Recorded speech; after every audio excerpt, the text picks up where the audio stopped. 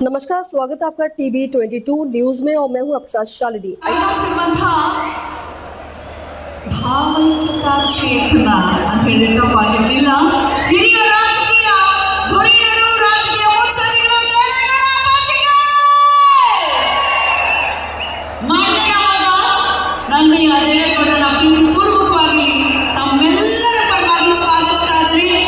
ಕಿತ್ತೂರು ಕರ್ನಾಟಕದಲ್ಲಿ ಜರುಗುತ್ತಿರುವಂತಹ ಪ್ರಪ್ರಥಮ ಜನತಾ ಸಮಾವೇಶ ಜೆಡಿಎಸ್ ಎಲ್ಲ ಗಣ್ಯಾತಿಥಿಗಳಿಗೂ ಕೂಡ ಪ್ರೀತಿಪೂರ್ವಕ ಸ್ವಾಗತ ಸುಸ್ವಾಗತ ಎನ್ನುತ್ತಾ ಮತ್ತೆ ನಾವು ಅದನ್ನೇ ಹೇಳ್ತಾ ಇದ್ದೇವೆ. ಆ ಭಾಗದಲ್ಲಿ ಬಹುದೂರ ಕುಳಿತಿರುವಂಥವ್ರು ಈ ಭಾಗಕ್ಕೆ ಬರ್ಬೋದು, ಒಂದು ಕುಳಿತಿರ್ಬೇಕಾಗಿ ಕೋರ್ಕೊಳ್ತಾ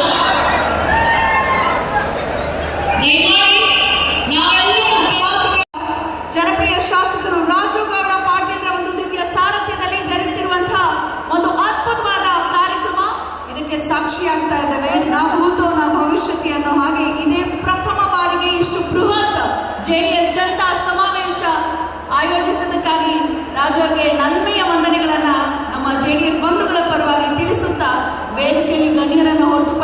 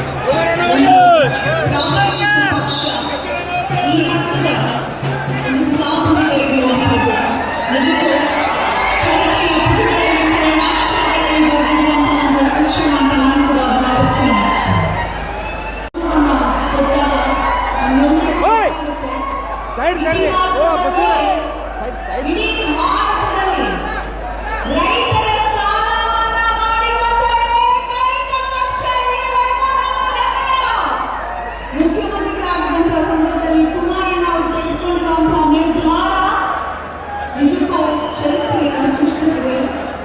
ಪುನರ್ ಅನುಭವಿದ್ದಾರೆ. ಹಾಗೆ ಬೆಳ್ಳಿ ಹಬ್ಬದ ಸಂಭ್ರಮಾಚರಣೆಯಲ್ಲಿ ನಮ್ಮ JDS ಪಕ್ಷ ನಡೀತಾ ಇದೆ. ಸೊ ಮುಂದಿನ ದಿನಗಳಲ್ಲಿ ಪಕ್ಷದ ವಿಜಯೋತ್ಸವಕ್ಕೆ ಸರ್ವರು ಸಿದ್ಧರಾಗೋಣ ಎಂದೆನ್ನುತ್ತಾ ಅದರ ಕುರಿತಾಗಿ ಕಿರು ಹೊತ್ತಿಗೆ ಬಿಡುಗಡೆ ಆಗಿದೆ. ಮತ್ತು ಕರ್ನಾಟಕ ರೈತರ ಜ್ವಲಂತ ಸಮಸ್ಯೆಗಳು, ನಿಲ್ಲದ ರೈತರ ಆತ್ಮಹತ್ಯೆ ಗೆಲ್ಲುವ ಮುಖಾಂತರ ಕರ್ನಾಟಕ ಜನ ಸಂದೇಶವನ್ನು ಕೊಟ್ಟಿದ್ದಾರೆ ಅಂತ ಇಲ್ಲಿ ಹೇಳ್ಬೇಕಾಗತ್ತೆ ಬಂಧುಗಳೇ. ಏನು 19 ಸ್ಥಾನವನ್ನು ನಾವು ಗೆದ್ದಿವಿ. ಯಾವಾಗ ಯಾವ ಮನುಷ್ಯ ಯಾವ ಪಾರ್ಟಿ ಎತ್ತರಕ್ಕೆ ಬೆಳೀತದ ಅವಾಗ ಟೀಕಾ ಹೆಚ್ಚಾಗ್ತದ ಬಂಧುಗಳೇ. ಇವತ್ತಿನ ಕಾಂಗ್ರೆಸ್ಸಿನ ಪಕ್ಷದವರು ಬೇರೆ ಪಾರ್ಟಿಗೆ ಯಾವುದಕ್ಕೂ ಟೀಕಾ ಇಲ್ಲ. ಏನು ಟೀಕಾ ಮಾಡಿದ್ರು ಜನತಾದಳಕ್ಕೆ ಅದನ್ನು ನಾವು ಬಹಳ ಸ್ವಾಭಿಮಾನದಿಂದ ತಗೋಬೇಕು. ಯಾಕಂದ್ರೆ ಜನತಾದಳ ಎತ್ತರಕ್ಕೆ ಬೆಳಿಲಾಕತ್ತದ, ಸಂಘಟನೆ ಆಗತ್ತದ ಅಂತೇಳಿ ಇವತ್ತು ಅವರು ಟೀಕಾ ಮಾಡಾಕತ್ತಾರ ಬಂಧುಗಳೇ. ನಮ್ಮ ಮಾಜಿ ಪ್ರಧಾನಮಂತ್ರಿಗಳಿದ್ದಾಗ ಆ ಅಧಿಕಾರವನ್ನು ಧಿಕ್ಕರಿಸಿ ನಮ್ಮ ರಾಜ್ಯದ ಜನತೆಗೆ, ನಮ್ಮ ಉತ್ತರ ಕರ್ನಾಟಕಕ್ಕೆ ನೀರಾವರಿ ಯೋಜನೆ ಆಲಮಟ್ಟಿ ಡ್ಯಾಮ್ ಮಾಡಿರಲಿಲ್ಲ ಅಂದ್ರೆ ಇವತ್ತು ನೀವು ಎಲ್ಲ ಕನಲುಗಳು ನೀರು ಬರ್ತಿದ್ದಿಲ್ಲ ಬಂಧುಗಳೇ. ಅವತ್ತಿನ ದಿವಸ ಏನು ಕೋಯಲೇಷನ್ ಗೌರ್ಮೆಂಟ್ ಇತ್ತು, ಚಂದ್ರಬಾಬು ನಾಯ್ಡು ಸಾಹೇಬರು ನಾವು ಸಪೋರ್ಟನ್ನು ಹಿಂದೆ ತಕ್ಕೋತೀವಿ ಅಂದ್ರೆ ನಾನು ನನ್ನ ರಾಜ್ಯಕ್ಕೆ ರೈತರಿಗೆ ನಾನು ಅನ್ಯಾಯ ಕುಡಿದಲ್ಲಿ ಅಧಿಕಾರ ಬಿಡ್ತೀನಿ ಅಂತೇಳಿ ಆಲಮಟ್ಟಿ ಡ್ಯಾಮನ್ನು 590 ಮಾಡಿದವರು ಸನ್ಮಾನ್ಯ ದೇವೇಗೌಡರು ಬಂಧುಗಳೇ.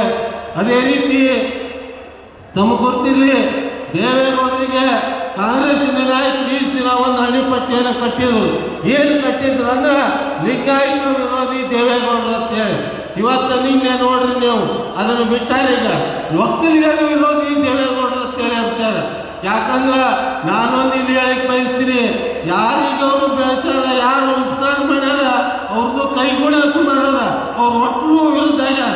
ಆದ್ರೆ ಇವತ್ತಿನ ದಿವಸ ನಾವು ನೆನಪಿಟ್ಕೋಬೇಕು ಬಂಧುಗಳೇ, ಮೂಗ ಮಾಡಿದವ್ರು ಯಾರು? ಮೂಗ್ಬಟ್ಟು ಇಡ್ತವ್ರು ಭಾಳ ಮಂದಿ ಮೂಗಾದ್ಮೇಲೆ. ಆದ್ರೆ ಮೂಗು ಮಾಡಿದಂಥ ಮಹಾತ್ಮ ಯಾರು ಅಂದ್ರೆ ಅದು ದೇವೇಗೌಡರು ಅಂತೇಳಿ ನಾವು ಇಲ್ಲಿ ಹೇಳ್ಬೇಕಾಗತ್ತೆ ಬಂಧುಗಳೇ.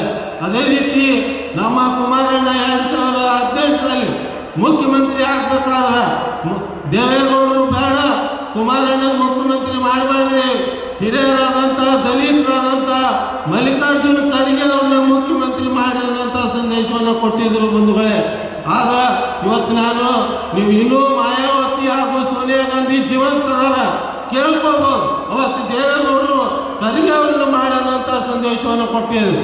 ಅವಾಗ ಖರ್ಗೆ ಅವರು ಮುಖ್ಯಮಂತ್ರಿ ಆದ್ರೆ ಸರ್ಕಾರ ನಡೀತದೆ ಅಂತೇಳಿ ಇವತ್ತಿನ ಏನು ಕಾಂಗ್ರೆಸ್ಸಿನ ಮುಖ್ಯಮಂತ್ರಿ ಇರ್ಬೋದು, ಉಪಮುಖ್ಯಮಂತ್ರಿ ಇರ್ಬೋದು, ಪರಮೇಶ್ವರ್ ಎಲ್ಲರೂ ಸೇರಿ ಇಲ್ಲಿ ಬಂದು ಇಲ್ಲ ಕುಮಾರಣ್ಣನೇ ಮಾಡಬೇಕು, ಕುಮಾರಣ್ಣನ ನಾವು ಎಲ್ಲ ರೀತಿಯಿಂದ ಸಹಾಯ ಸರ್ಕಾರ ಕೊಡ್ತೀವಿ ಅನ್ನೋಂಥದ್ದು ಹೇಳಿ ಅವ್ರನ್ನ ಜೋರ್ಲಿ ಮುಖ್ಯಮಂತ್ರಿ ಮಾಡಿದ್ರು.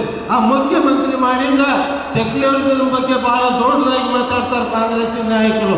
ಅವತ್ತ 17 ಜನನ ಕಾಂಗ್ರೆಸ್ಸಿನ ನಾಯಕರನ್ನ ಕಳಿಸಿ ನಮ್ಮ ಅಣ್ಣನ ಕೆಳಗಿಳಿಸಿ ಮತ್ತೆ BJPಗೆ ಸಪೋರ್ಟ್ ಮಾಡಿದಂಥವ್ರು ಯಾರು ಅಂದ್ರೆ ಇವತ್ತಿನ ಕಾಂಗ್ರೆಸ್ಸಿನ ನಾಯಕರು ಬಂಧುಗಳೇ. ಇವತ್ತಿನ ದಿವಸ ತಾವೆಲ್ಲರೂ ತಿಳ್ಕೋಬೇಕಾಗತ್ತ. ಯಾಕಂದ್ರೆ ತಮಗೆ ಗೊತ್ತಿರಲಿ, ಕುಮಾರಣ್ಣ ಮುಖ್ಯಮಂತ್ರಿ ಆದ್ಮ್ಯಾಗ ಏನೊಂದು ವಾಗ್ದಾನವನ್ನು ಮಾಡಿದ್ರು, ಏನು ಎಲ್ಲ ನ್ಯಾಷನಲೈಸ್ ಬ್ಯಾಂಕು ಹಾಗೂ ಸಹಕಾರಿ ಬ್ಯಾಂಕ್ಗಳ ಸಾಲ ಮನ್ನಾ ಮಾಡ್ತೀನಿ ಅನ್ನಂತ. ಯಾರೇ ಸಾಲ ಮನ್ನಾ ಮಾಡಿದ್ರೆ ಯಾರು ಇದ್ರು ಅದು ಕುಮಾರಣ್ಣ ನೀವು ಹೆಮ್ಮೆ ಪಡಬೇಕು ಬಂಧುಗಳೇ. ಅದಾದ್ಮೇಲೆ ಅವ್ರು ಮಾಡಿದಂಥ ಗ್ರಾಮ ವಾಸ್ತವ್ಯ ಇರ್ಬೋದು, ಜನತಾ ದರ್ಶನ ಇರ್ಬೋದು, ಇಂಥ ಏನು ಜನಪ್ರಿಯ ಮುಖ್ಯಮಂತ್ರಿ ಇನ್ನೂ ಒಂದು ದಿವಸ ಮುಂದೆ ಹೋದ್ರೆ ನಮ್ಮ ಕಾಂಗ್ರೆಸ್ ಮುಗಿತದ, ಕುಮಾರಣ್ಣನೇ ಕಂಟಿನ್ಯೂ ಆಗ್ತಾನಂತ ವಿಚಾರ ಇಟ್ಕೊಂಡು ಅವತ್ತು ಕುಮಾರಣ್ಣನ ಇಳಿಸಿದ್ರು ಬಂಧುಗಳೇ. ಇನ್ನೊಂದು ಮಾತನ್ನೇ ಹೇಳಿ ಬಯಸ್ತೀನಿ, ತಮಗೆ ಗೊತ್ತಿರಲಿ, ಏನು ಪ್ರಥಮ ಹೆಗಡೆ ಅವರು ಮುಖ್ಯಮಂತ್ರಿ ಆದರು. ಆ ಮುಖ್ಯಮಂತ್ರಿ ಆದಾಗ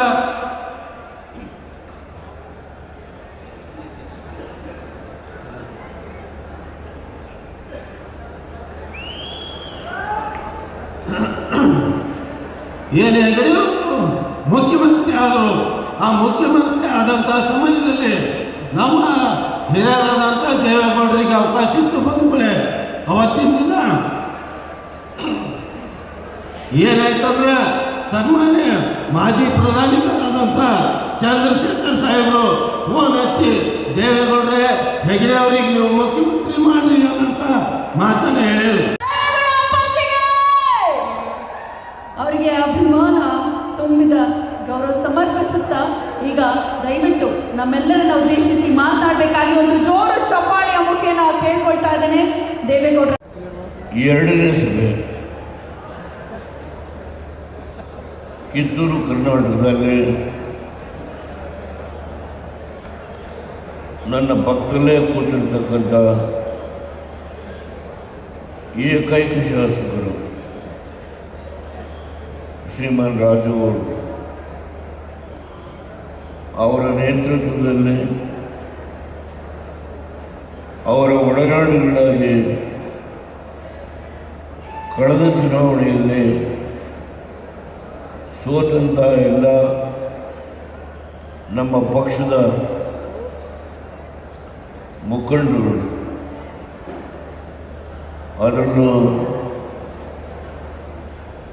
ಪಾಟೀಲರು ಏನು ಮಾತನಾಡಿದ್ರು, ಸೋತಿದ್ರು, ಅವರು ಎದೆ ಹೊಂದಿಲ್ಲ. ನಾನು ಮತ್ತೆ ಕುಮಾರಣ್ಣವರನ್ನು ಮಾರ್ಗದರ್ಶನದಲ್ಲಿ ಹೋರಾಟ ಮಾಡಿ. खबरों में अब तक के लिए बस इतना ही। फिर होगी आपसे मुलाकात, तब तक के लिए नमस्कार और देखते रहिए TB22 न्यूज। ऐसे ही लेटेस्ट अपडेट पाने के लिए हमारे चैनल को सब्सक्राइब करें और तुरंत नोटिफिकेशन पाने के लिए बेल आइकन दबाना ना भूलें। यदि आप हमें फेसबुक या इंस्टा के माध्यम से देख रहे हैं तो हमारे पेज को फॉलो जरूर करें। धन्यवाद।